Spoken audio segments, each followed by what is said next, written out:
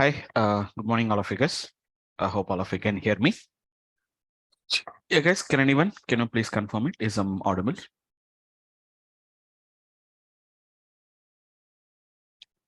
Yes. Yeah, right. Thank you, guys. So, guys, let's continue from the last session. So I can see some new guys are there. Something like yeah, guys. I think I can see some new people. Like yes, Bhagyalakshmi. Today is your first class, right? Can you hear me, Bhagyalakshmi? Yeah, I think Washim Akram. I think today is your first class. Yes, sir. Yes, yeah. So guys, okay, no worries. I can see some couple of people who has been joined for the today's class. Today's maybe your first class. So I have just taken a three demo sessions only, guys. It's not any actual sessions also. It is not the actual sessions. We are going to be gets discussing about those. We are going to be discussing about the actual concepts in our coming classes. It is only just a introduction classes only. So if you have any doubts, you can just clarify that. And you will be also getting the recorded videos also.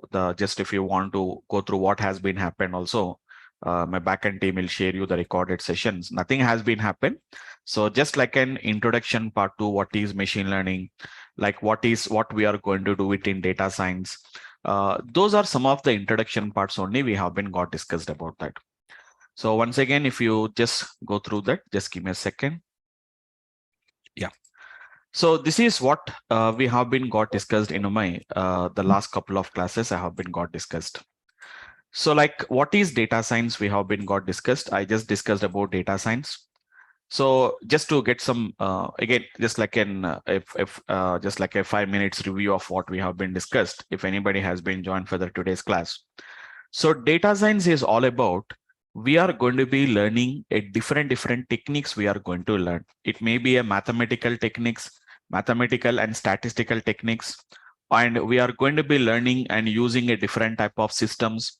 Like sometimes you may use a big data system, or it may be a cloud system, or a different types of which is going to be the applications like machine learning, deep learning applications we are going to use. Finally, our target is only simple target actually, guys. Understand the data, understand what has been happened in the past, and based on that, I want to predict what could happen in the future actually. It is a part of a predictive analysis what we are going to be using it actually. So here, as I told you, data science is all about learning a different types of techniques, like a different types of methodologies we are going to learn, and a kind of an algorithms we are going to learn it actually. So what is an algorithm actually, guys? What are machine learning algorithms specifically? So the guys who has attended the last class. So algorithm is going to be nothing but it's a mathematical solution to a problem. So to solve any real life problem, or whenever we want to solve any problem in our real life, so we are going to be using some kind of a mathematical solution for that. So algorithm is going to be nothing but here machine learning algorithms, what I'm talking about that they are going to be nothing but what we can say that it is going to be a mathematical solution or a mathematical technique which is used to solve a particular problem actually. Okay. So apart from that, we use a different type of systems and some different types of processing techniques we are going to be learning. Finally, our target is to understand the data. So for that, I told you about one small important topic as part of this, which is going to be what I'm talking about a machine learning actually. So whatever the notes I've written in the last class, I'm just reviewing it actually, guys. It's an handwritten notes. I'll use as a pen tablet, and using my pen tablet, I'll write that particular notes actually. So 80% of your data science contains machine learning, and deep learning is also part of machine learning. I'm including the deep learning also as part of machine learning actually. Why? Because some people get said out. Sir, if 80% is machine learning, then what about the deep learning? So remember, deep learning is a subset of machine learning, guys. It is also part of our machine learning only. So what is this machine learning, or what is a deep learning concepts? So in a machine learning, what we are going to do is we are taking the help of the machines to learn from the data. That means machines are going to be learned from the data actually.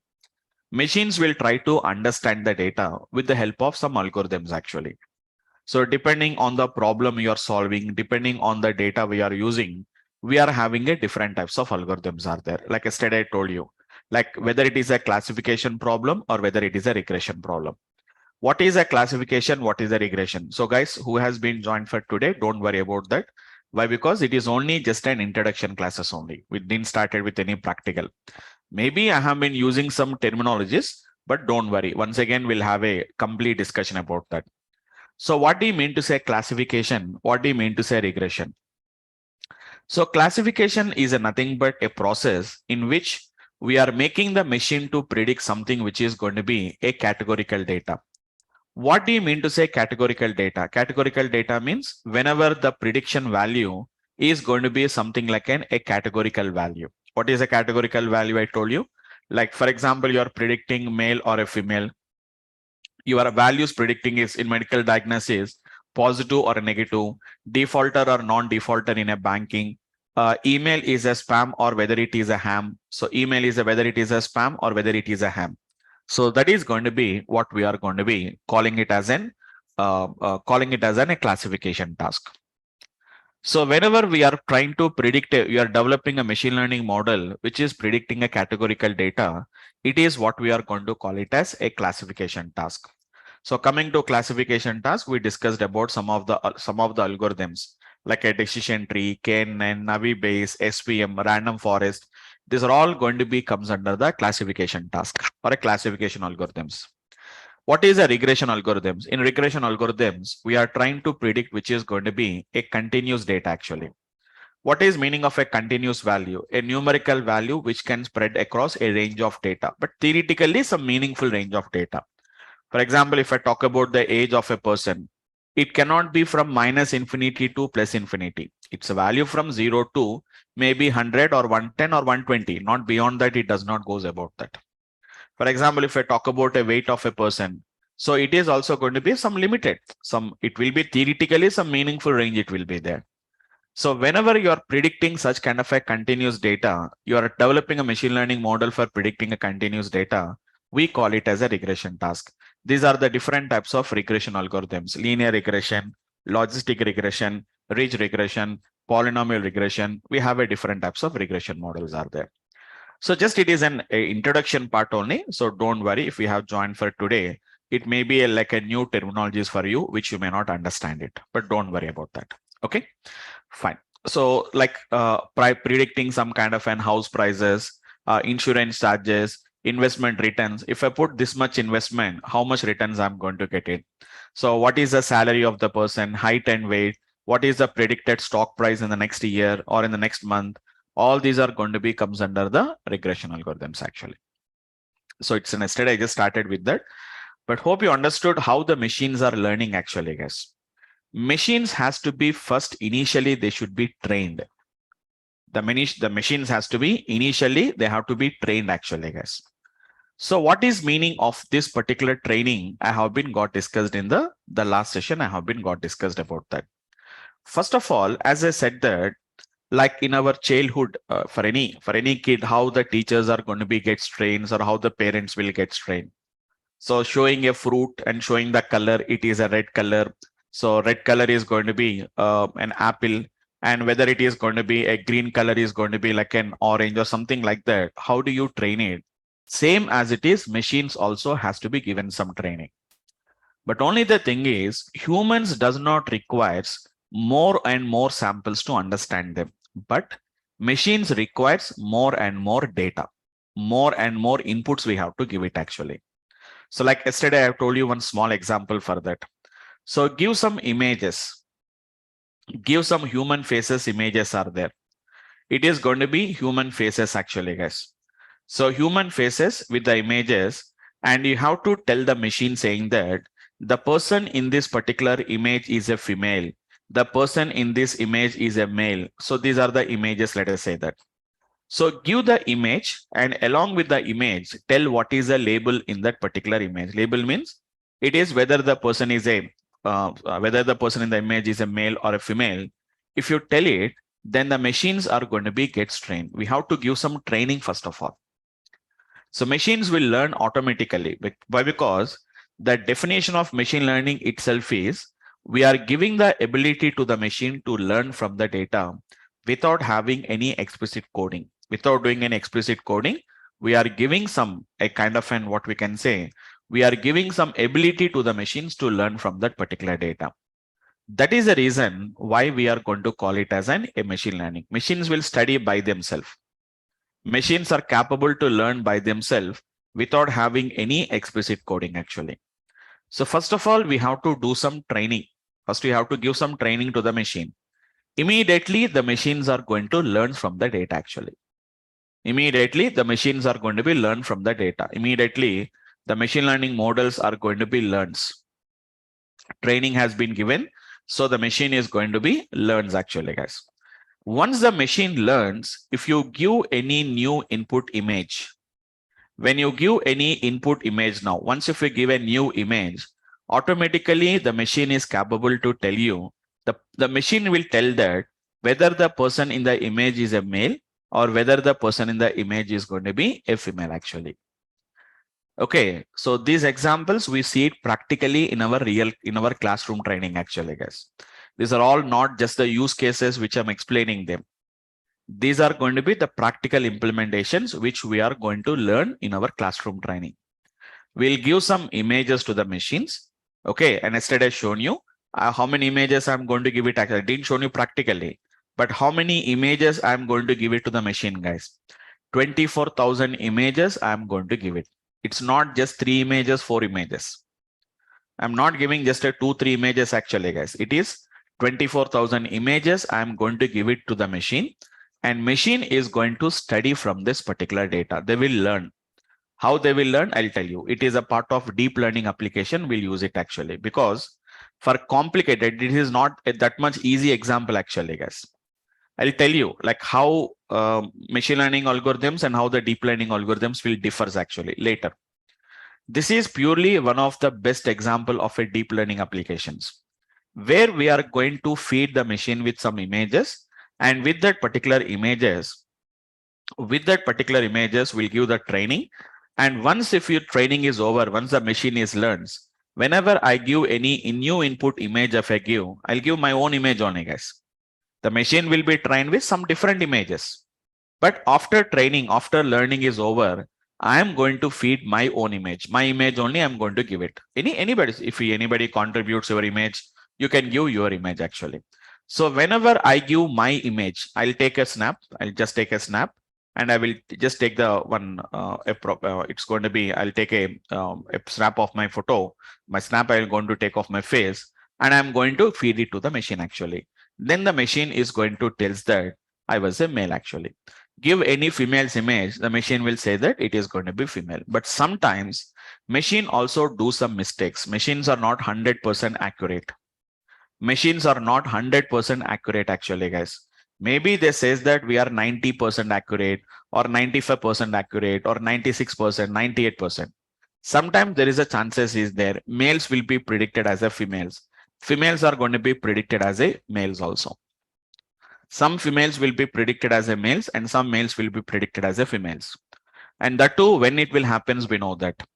Generally, whenever there are going to be adults are there, adults we can easily identify their facial expression, the facial, all these things we can easily identify them. But the kids, that means whenever we see a small kid of 1 year, 2 years, or just if it says 6 months or 7 months, we cannot recognize whether the person, whether the kid is a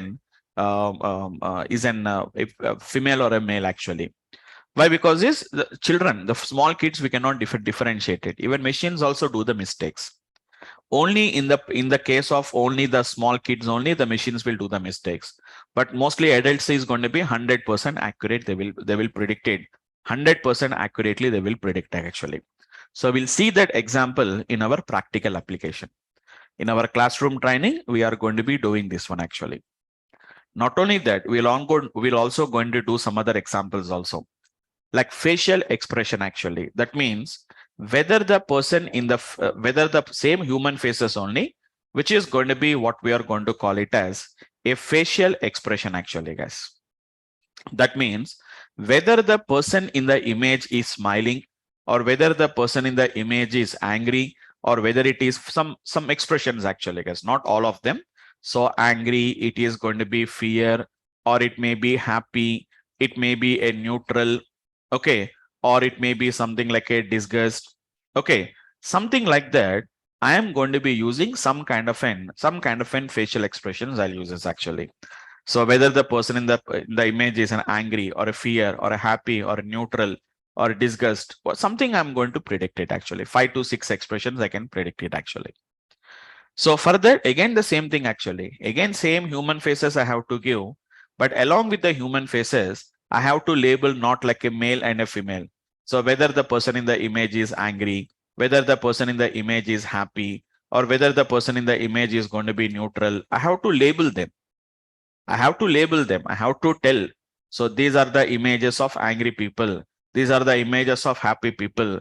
And these are the happy faces. These are the neutral faces. These are sad faces are there. These are fear faces are there. Even sad is also there.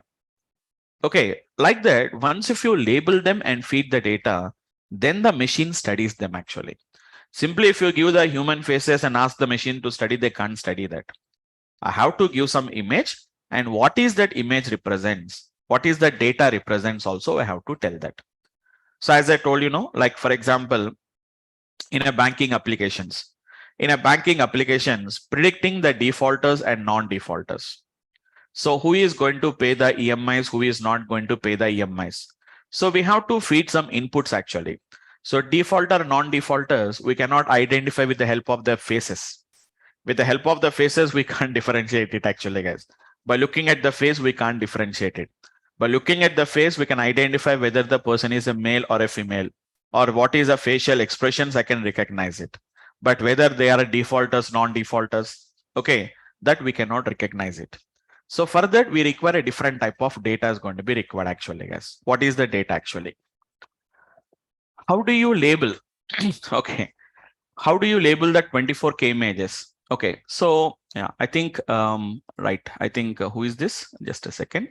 Sundar. Okay, Sundar Sriram. Okay. So the thing is, how do you do it actually? Fine. There are some kind of like what we can say is, okay, let me tell you about this particular data set actually. So this data set, we are not going to prepare. We didn't prepare the data set. So just think about yourself. How can you collect 24,000 images from your internet, or from you cannot collect 24,000 images. So we collected from internet actually. And how can you label the data? So we don't label the data actually. It is the data which is contributed by some of the research organizations. So I think yesterday you didn't attend yesterday's class. This is the data set what we are going to be downloading. So we have a lot of data sets to our training purpose.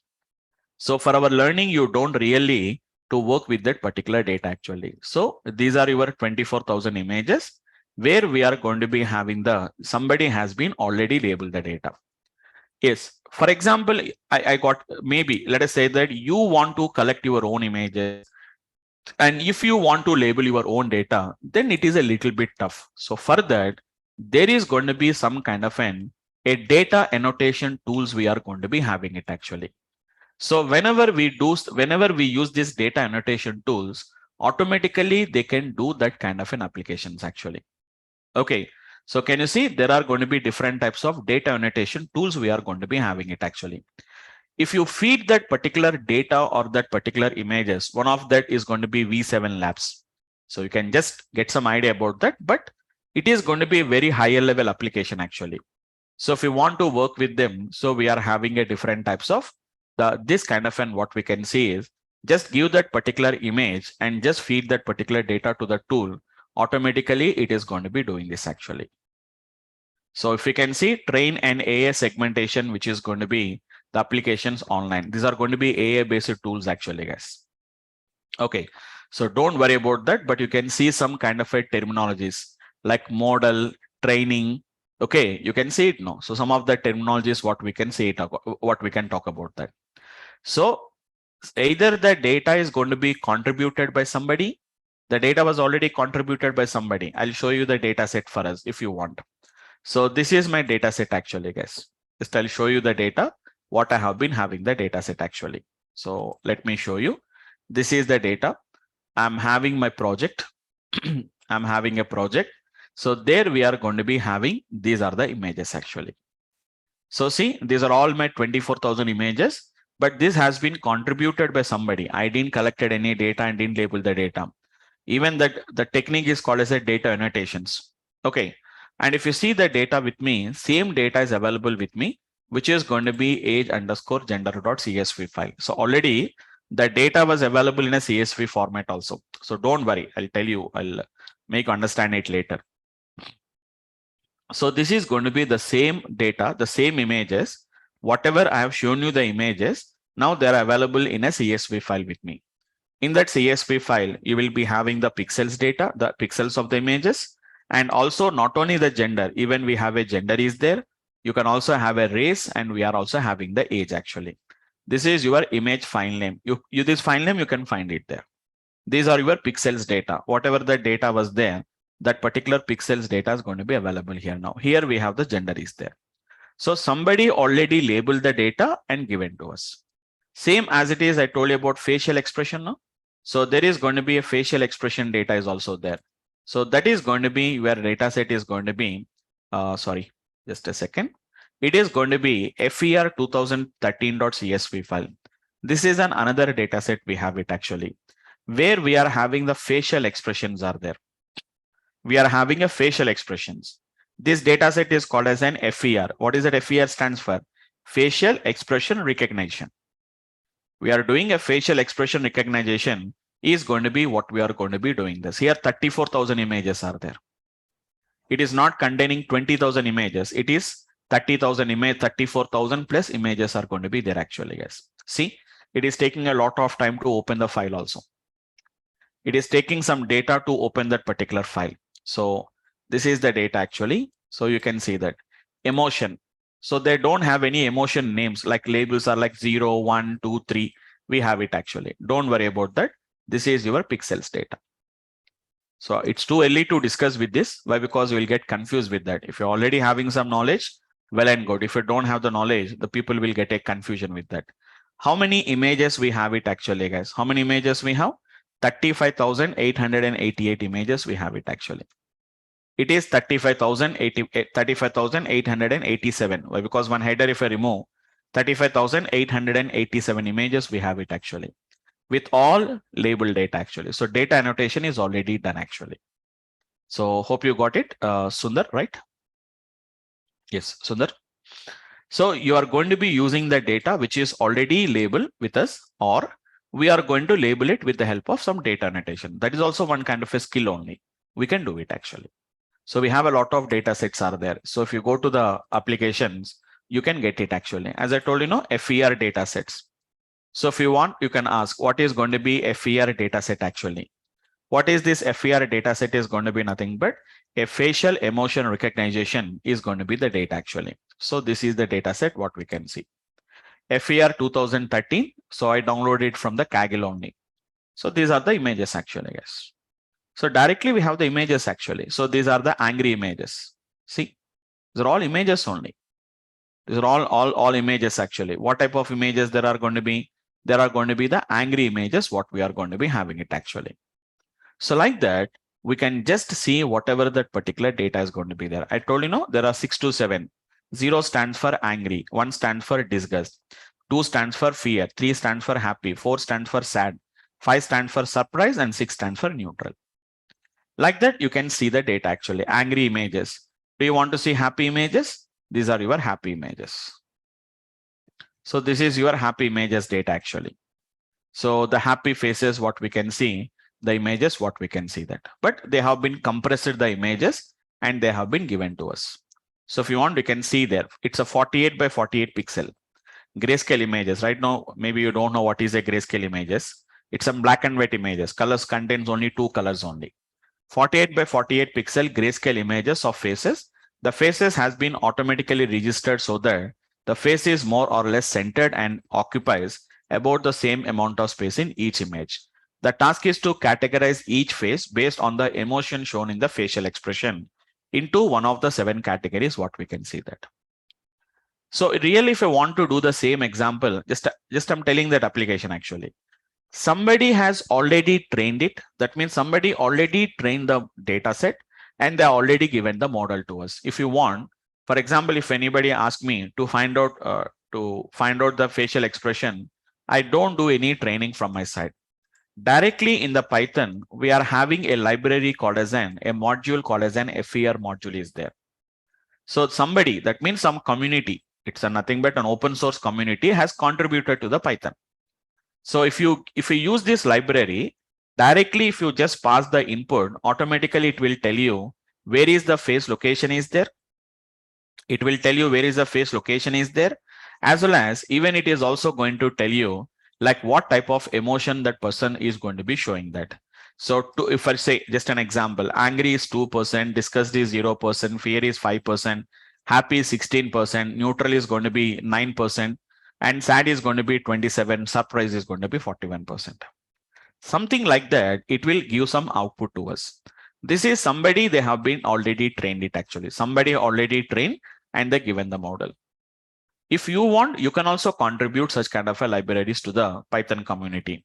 So this is going to be a module, what we are going to call it as FER, which is going to be a facial expression recognition or recognition. So it will identify, it will recognize the facial expression. It will recognize the facial expression it is. So what type of facial expression it is going to be. So something like that, it is going to be gets done. Now, even you know that in some organizations you see now, there are going to be ID cards. Previously, if you see that there is going to be ID cards after the thumb impressions, now it is going to be a facial recognition is going to be coming actually. They will identify the person. So no need to swipe your card or no need to swipe anything. Directly, just if you stand before it, automatically, it's a facial recognition is going to be gets done. Who is this person in this office? So where he was moving, everything is going to be gets recognized. So everywhere it will detect the face. So wherever the person is moving, easily they can detect it actually. So something like that, it will identify the facial expressions. Okay. So this is just a little bit, I'm talking about what are the use cases. So we can do really lot of things actually. So what is my point of discussion here is simply if you want to make the machine,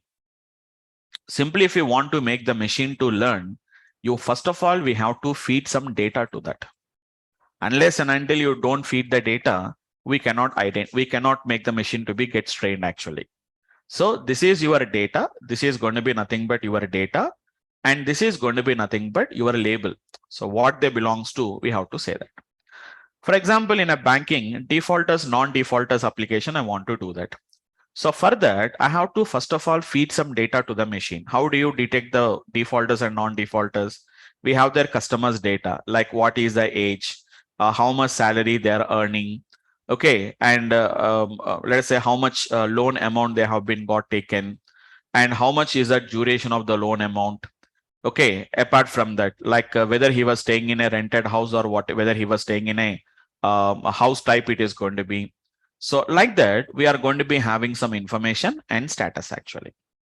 So these are my past customers data. Their age is 28, salary is 50K, loan amount is going to be 5 lakhs, duration is going to be 2 years, house type is a rented house. Let us say status is a defaulter. He didn't pay the EMS promptly, so we kept it into defaulters category. That means here we are feeding some data here now. This is our data. So why? Because whether the customer or whether the person is a defaulter or a non-defaulter, to decide there are some factors will be there. Is age, salary, amount, duration, house type, employment type, spouse working or not working, what are the existing loans are there, etc., etc. So feed such kind of a data to the machine. Unless and until you don't feed the data, the machines can't study that actually. So feed what is the data and also tell what is the label. Here the label is going to be the status actually. Here the label is going to be gender or the label is going to be emotion. So there must be some data and there must be some label must be there. I'll tell you the actual terminologies later. Right now it is not required. Okay, so these are going to be some of the things that are going to be required. So remember, for any machine learning model, for any machine learning application, two important things. One is your data. One is going to be data. Actually, I tell you the terminology also. They are called as features. That means to decide whether the person is a status, whether the person status is a defaulter or non-defaulter, on what features this particular decision will be taken actually. So it's a simple terminology. The features are nothing but the values which is going to decide the label.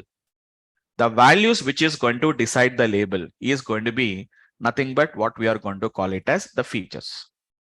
For example, let us say that, for example, just an example to say that. For example, if I take a cab, an Uber or Ola or something like that, how much is going to be the total amount I have to pay?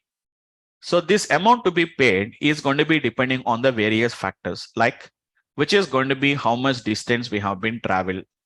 Okay, distance of time, distance travel. What is going to be the time of the ride? Apart from that, what type of cab it is, whether it is going to be an economy or whether it is a premium or something like cab types are going to be there. So whether it is a peak time or not.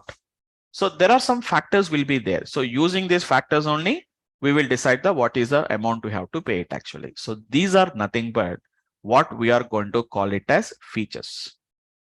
These are nothing but what we are going to call it as features. And whatever you are trying to predict and whatever the target variable is there, that is what we are going to call it as a label, what we are going to call it as. So for every machine learning model you want to develop, there must be some features and there must be some labels must be there. So features are nothing but on what factors the label is going to be depends. What is the label? The whatever the value you want to predict is going to be nothing but your label actually. So here your label is nothing but you want to predict the status of the customer. I want to predict the status of the customer. Depending on what features it is going to be, age, salary, amount, duration, house type, etc., etc. For example, let us talk about email. You know that actually, guys, whenever there is an incoming email is coming, some emails are going to goes to spam. Spam is nothing but we know that there are the fraud emails actually, or which is not a spam. Generally, we call it as spam and no spam, but actually there is a terminology is there. Spam and ham, we are going to call it as actually, guys. Spam means which are going to be fraud emails, and ham is going to be nothing but they are the which are not going to be harmful emails actually, which are not the fraud emails it is going to be. But how that particular the mail server will identify whether it is a spam or a ham? It is one of the best example of machine learning model. So the past emails will be there, no? The past emails, whatever the email text is there, and what is the email type is there. So whatever the past emails and whether there are spam or whether they are ham, we have given this data to the machine. Machine will study this data actually, guys, and it will decide what type of a words that appear in the spam, what type of a words that appear in the ham. It will learn from the occurrence of the words. Like for example, it knows that lottery, for example, a word lottery is there, 80% chances that it is a spam only. 80% chances that it is a spam.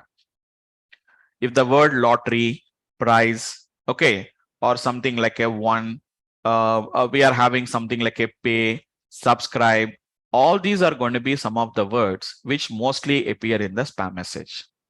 Again, the same concept actually. This example is also, I am going to be using it practically. That means we'll learn it practically only, guys.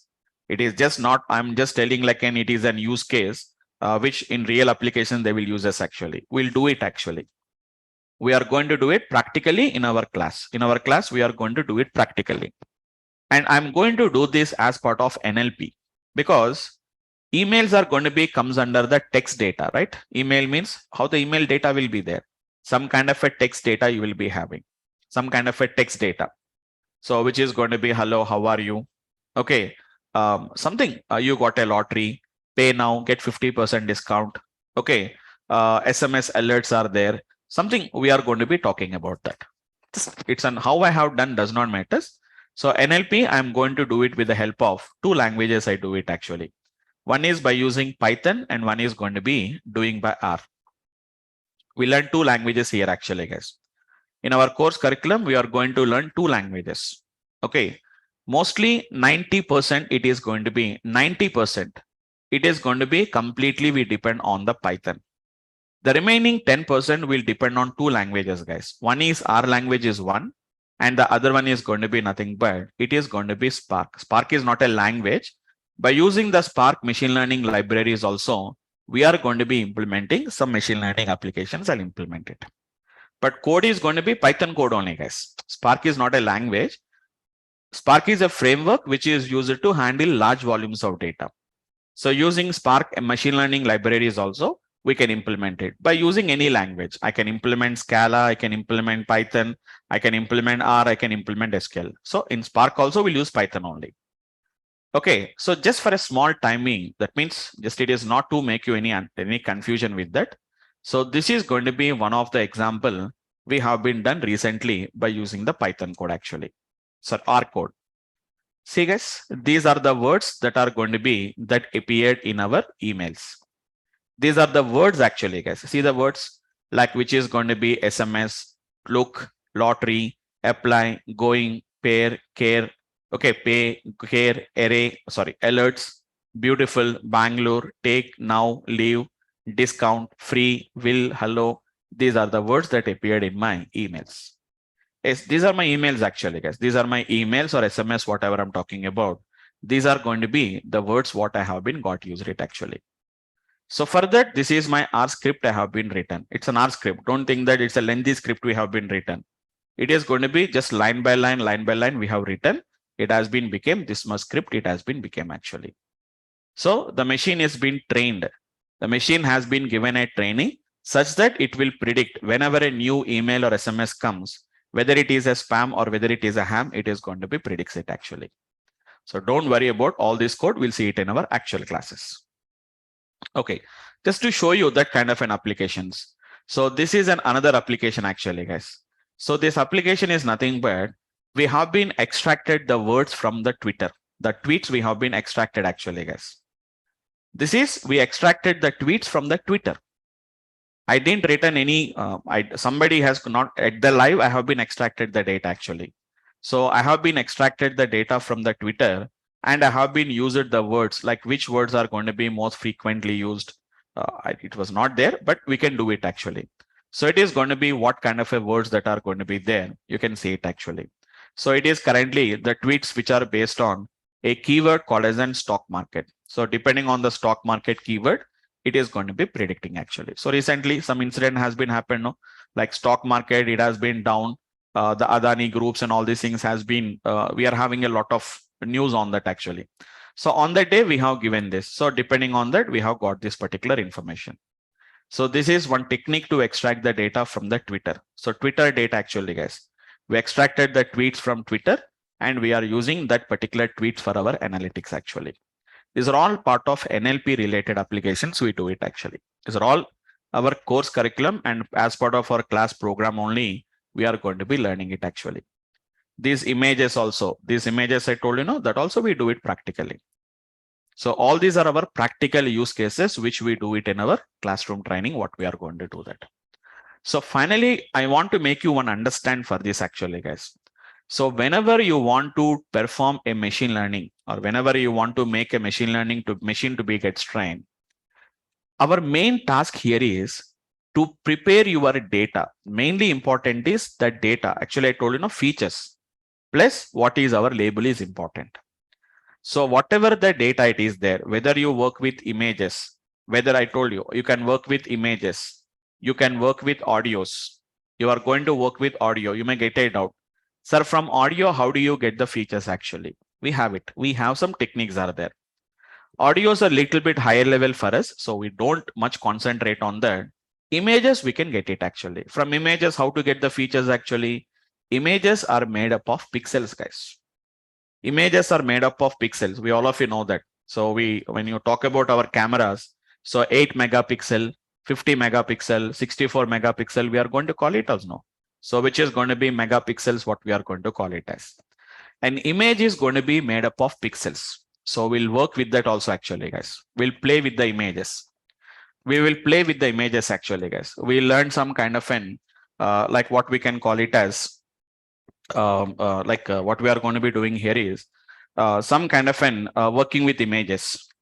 So we are going to be doing some kind of an image working. So we are going to be just working simply like how the people are going to work with images. So we are going to be using that kind of an applications, what we are going to be using, but not by using any tools, not by using any particular tools, by using some programming and some coding only, we are going to do it actually. So how to read the images, how to display the images, all these are very interesting topics actually, guys, a very interesting topics. It is not really like a programming language, but only the thing is, one of the main problem in the machine learning and deep learning means you expect something before starting the class. So your expectation is going to be like learning a programming language, but this is not about learning a programming language. We have to learn some skills. We have to learn some techniques. We have to learn some mathematical concepts. Okay. Data science is an interdisciplinary field. It is an interdisciplinary field actually, guys. It is a collection of the various fields it is going to be gets connected actually. So I'll tell you, like, for example, just an example, I'll tell you, like, which is going to be, I have some students' marks are there. Just an example. I have a student's marks are there actually, guys. Marks of the students we have got. So like, for example, out of 100, so some students has got 40, 55, 62, 80, something. I'm not writing correctly, 82, 85, 90, 95, etc. 98, we have it actually. These are the marks of the students. Generally, we guys, that means normally, whenever we have been given the marks, so you are going to find out what is the total, what is the minimum, what is the maximum, okay, or what is the average, which is going to be what we can call it as mean. Generally, you guys will do only this kind of a calculations. But here we are going to be applying. So in our data science, I'll explain, like we have to perform some kind of an scaling. We have to perform it. Don't worry. Don't worry. Why you have to perform scaling? What are the different type of scaling techniques are there? Let us say that I have a technique called as a min-max scaling technique is going to be there. Don't worry. There is a technique called as a min-max scaling. That is not a complicated one. It's a simple maths only. So what do you mean to say min-max scaling means? You bring any data, any range of data in between 0 to 1 only. That means you take any range of data, whether it is from 40 to 98 or 40 to 9800 does not matter. Any data is going to be drops between 0 to 1. Minimum value will always comes to 0. Maximum value always comes to 1. And the remaining values will always drop between 0 to 1. How do you do the min-max scaling? It's very simple. From every element, we have to subtract the minimum value divided by maximum minus minimum. This is a mathematical formulation for the min-max scaling. Why we have to do the min-max scaling? Later, I'll tell you. I'll tell you later. It's no worry about that. This is what we have to do with the min-max scaling, what we have to do that. So how do you do the min-max scaling now? Minimum is 40, maximum is 98. So if you do the scaling, 40 minus 40 divided by 98 minus 40. Anyhow, this will be 0. If I talk about the next value, it is 55 minus 40 divided by 98 minus 40. Like that, 62 minus 40 divided by 98 minus 40. Like that, when it comes to last value, 98 minus 40 divided by, it is 98 minus 40, which will be 1 actually. This will be 0. This value will be any value between. So what is the value? 55 minus 40 is going to be 15 divided by 98 minus this value is going to be 58 actually. Maybe approximately around 0.25. Why? Because it is 60 if you make it, it will be 1 by 4. It will be approximately 0.25. You can say that actually, approximately. Okay.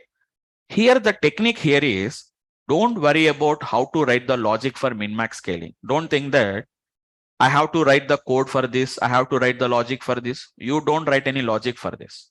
You have to just understand only what is min-max scaling. That's it. You have to just understand what is min-max scaling. You know how to perform the min-max scaling. You have to know that. That means what is the calculation for that. But you don't write any code for this. You don't write any code for this. I told you, no, this is a technique which we are going to learn. This is a technique actually, guys. Min-max scaling is one technique, or we can say that it is a methodology, or it is a processing we are going to do that. Better to say that it is going to be a kind of a process we are going to do it actually. So why you are going to call it as process? Why? Because we are converting that particular data into a range of which is going to be 0 to 1. So why should you know why should you do the min-max scaling? What is min-max scaling? That is only you have to concentrate. Don't concentrate on the code, what we have to write it.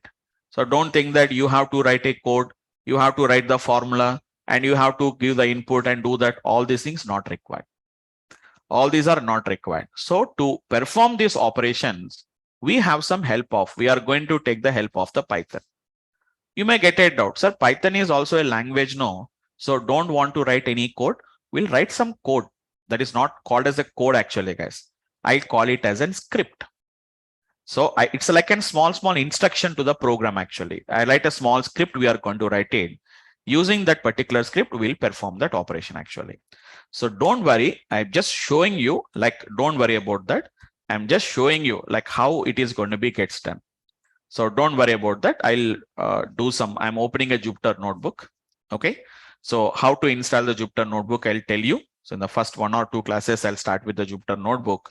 Not one or 2 classes. First, initially start with the basic core Python in the next class. And 1 week we'll work on the basics of Python. And then we'll go to, when you go to the advanced concepts, we'll work on that application, guys. Just a second. It will just take a few seconds of time, not few minutes of time. It takes a few seconds of time. Just please wait. I'll open it.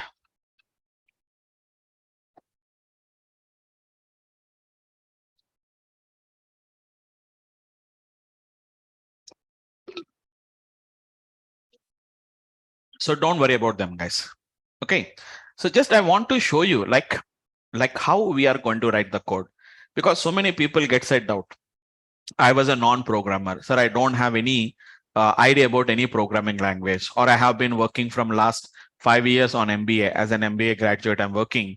Then can I learn the data science? Data science is not a computer science subject, or it is not going to be some other subject. It is a general technique actually, guys. Anybody can learn this kind of an applications. See, don't think that I'm writing some code actually, guys. I'm importing some libraries. Don't worry about that. I'm just importing a small library actually, guys. Okay. And from sklearn dot, don't worry. I'll tell you this particular code, sklearn dot, which is going to be what I'm going to call it as pre-processing. I told you, no, it is a kind of a processing technique actually. In Python, we are in our machine learning, we are going to call it as a pre-processing technique actually. So before giving this data to the machine, or before feeding this data to the machine, we have to do some kind of a pre-processing import, which is going to be what we can call it as a min-max scaling technique is going to be there. Directly, there is a function to perform the operation. I'll show you the same marks actually, guys. Marks equal to, see guys, marks is equal to nothing but, don't worry about that. Your array, it's nothing but, normally all of you have an idea, guys, now. It is an array of 40. How much? 55. Otherwise, I'll take the same marks actually, guys. 40, 55, 62, and which is going to be 80, and which is going to be 80, 82, 85. Okay, any values? Just a second. 82, and which is going to be 85, 85, and let us say 90, which is 94, 96, and let us say 98 actually. This is your marks. So the marks minimum value is 40, maximum is going to be 98. If I want to apply the min-max scaling, don't worry about what is min-max scaling. Okay, min-max scaling, I told you, no, any data has to come between 0 to 1, which is going to be, if I pass it to the marks, automatically the data is going to be comes to 0 to 1. So minimum value 40 came to 0, maximum value 98 came to 1. Just now we calculated for 55 now. It should be approximately 0.25 as I calculated it. 96 minus 40 divided by 98 minus 40. So the value is going to be 0.96 is the value. But see, I didn't written any code for that. I just imported one library to perform that operation. Why imported this numpy? To create an array of marks. I just want to create an array. I have to create an array marks. So array of marks I have created. So which is going to be created. For that, I'm using numpy. For doing this particular min-max scaling, I use a function called as a min-max scale, which is a part of scikit-learn.preprocessing library it is. Just pass the marks to that, it automatically scales the data actually. So what is my point of discussion here is, you really don't require to write any code for the calculation of min-max scaling. We just used the function and we performed that application. But why we have to do, what is min-max scaling? Why we have to do the min-max scaling? All those techniques, we'll see it in the later applications. So the data science is all about learning some techniques only. There are going to be some techniques will be there. We have to learn those particular techniques. To implement that particular technique, we have to take the help of some language, which may be a Python or which may be an R. These are the two languages which we are going to we are going to work with that. But I told you, 90% of our classes will be on the Python only. Maybe the remaining 10% I'll be using some other, because I want to make you understand about other languages also. I'm going to be looking at the other languages like R or something like I'm going to be using the other languages actually. Okay. So already I told you what are the different skills that are going to be required actually, guys. So we have to know how to collect the data. So data collection, how to do the data collection. By using Python, you can do it. Python as well as R language also we can do it. How do you do the data analytics? Again, we have to use Python or R language, we do it. How do you do the data cleansing? That also we do it by using Python. Data visualization, how do you do that? Do you want to learn any tools like Tableau? No. Again, we are going to be using Python only. So how do you do that data modeling? How do you do the training of the data modeling? So which is going to be again by using, which is going to be the same, which is going to be Python only. So by using different libraries actually, guys. To do the data analytics, data cleansing, we use pandas. Okay, to do the data visualization, I told you, matplotlib, seaborn, etc. To do the training of the data model, we are going to be using, which is going to be sklearn. Just now we've seen, sklearn we are going to be using. How do you evaluate the model performance? How do you improve the model performance? By using Python. Okay, and how to perform some kind of which is going to be deployment. That also we are going to be doing by using Python. By using the framework like a Flask framework, we are going to use it actually, guys. So like that, everything is going to be done with the help of the Python only. So I do the data importing, data cleansing, data analytics, data visualization, machine learning, evaluation, deep learning, AI, NLP, everything we are going to be doing with the help of Python only. But to satisfy or to implement them, you will be having a different types of libraries will be there. You have to take the help of that type of libraries. We have to use it actually. Like for example, NLTK is there. NLTK is a Python library, which is basically used for natural language toolkit. For NLP applications, we use this actually, guys. It is going to be NLTK is a leading platform for building Python programs to work with human language data.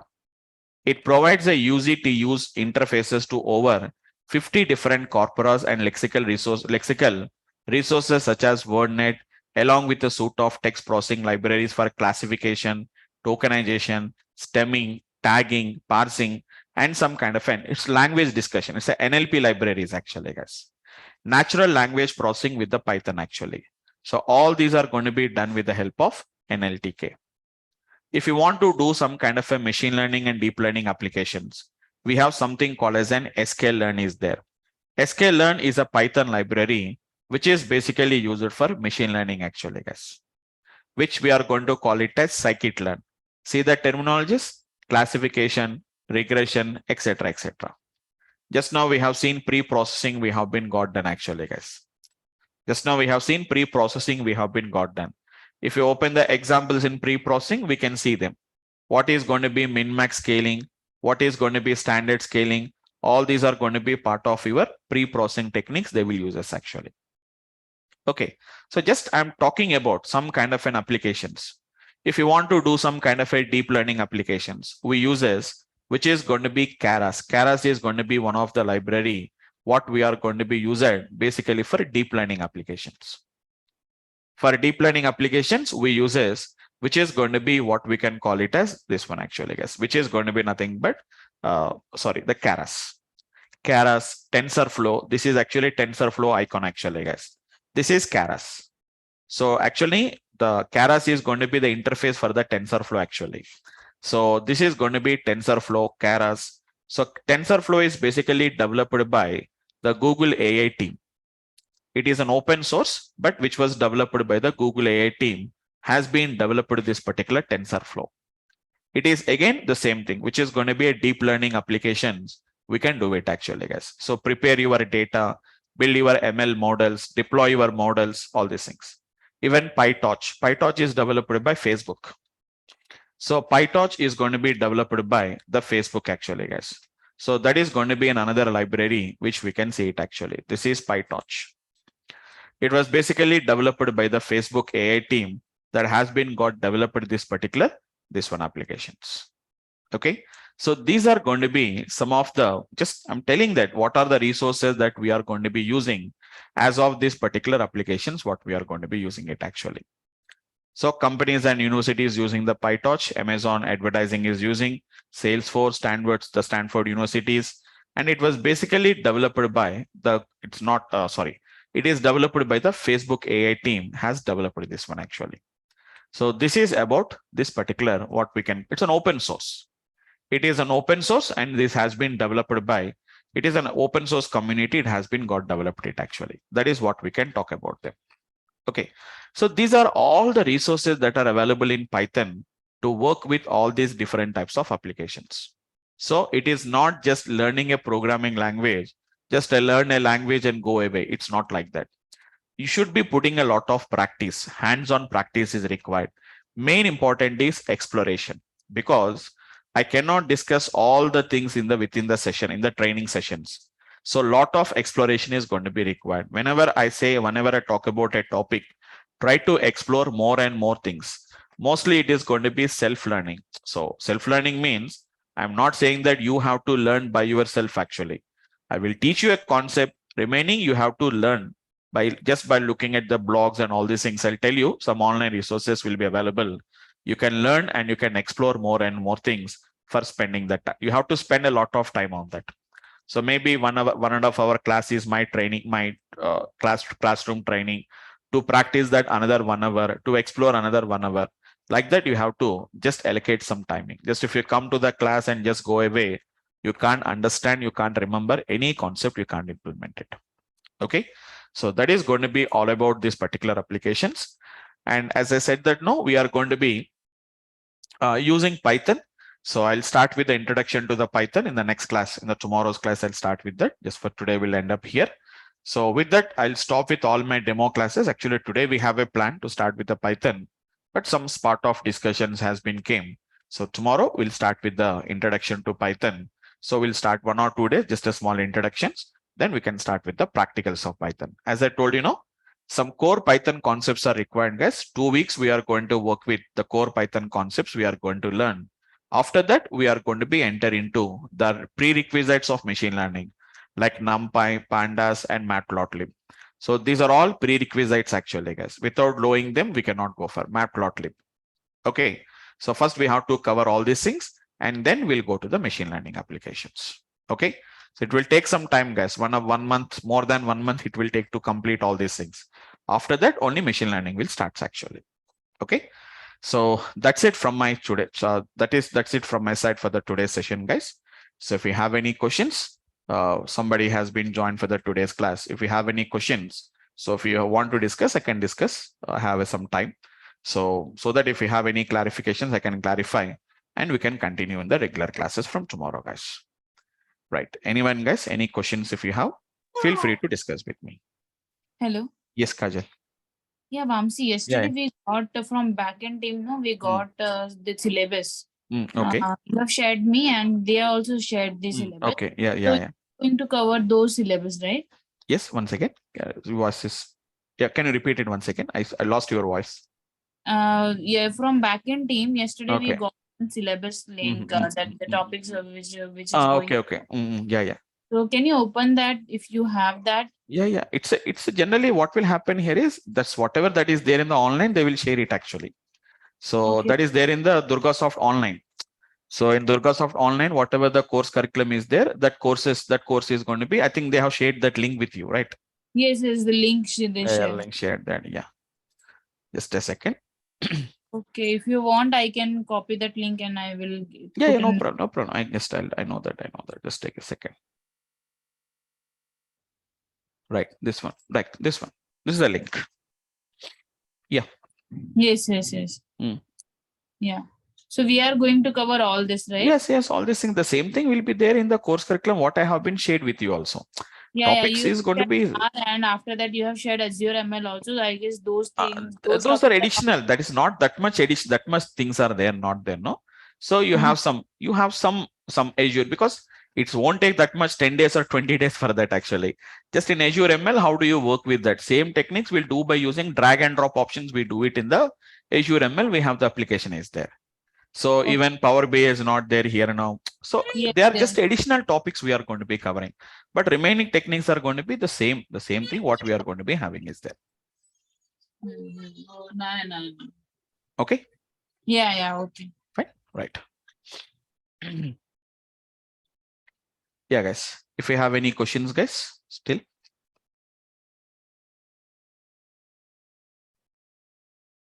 Okay. So thanks for attending for today's class, guys. So I'll see you all of you tomorrow.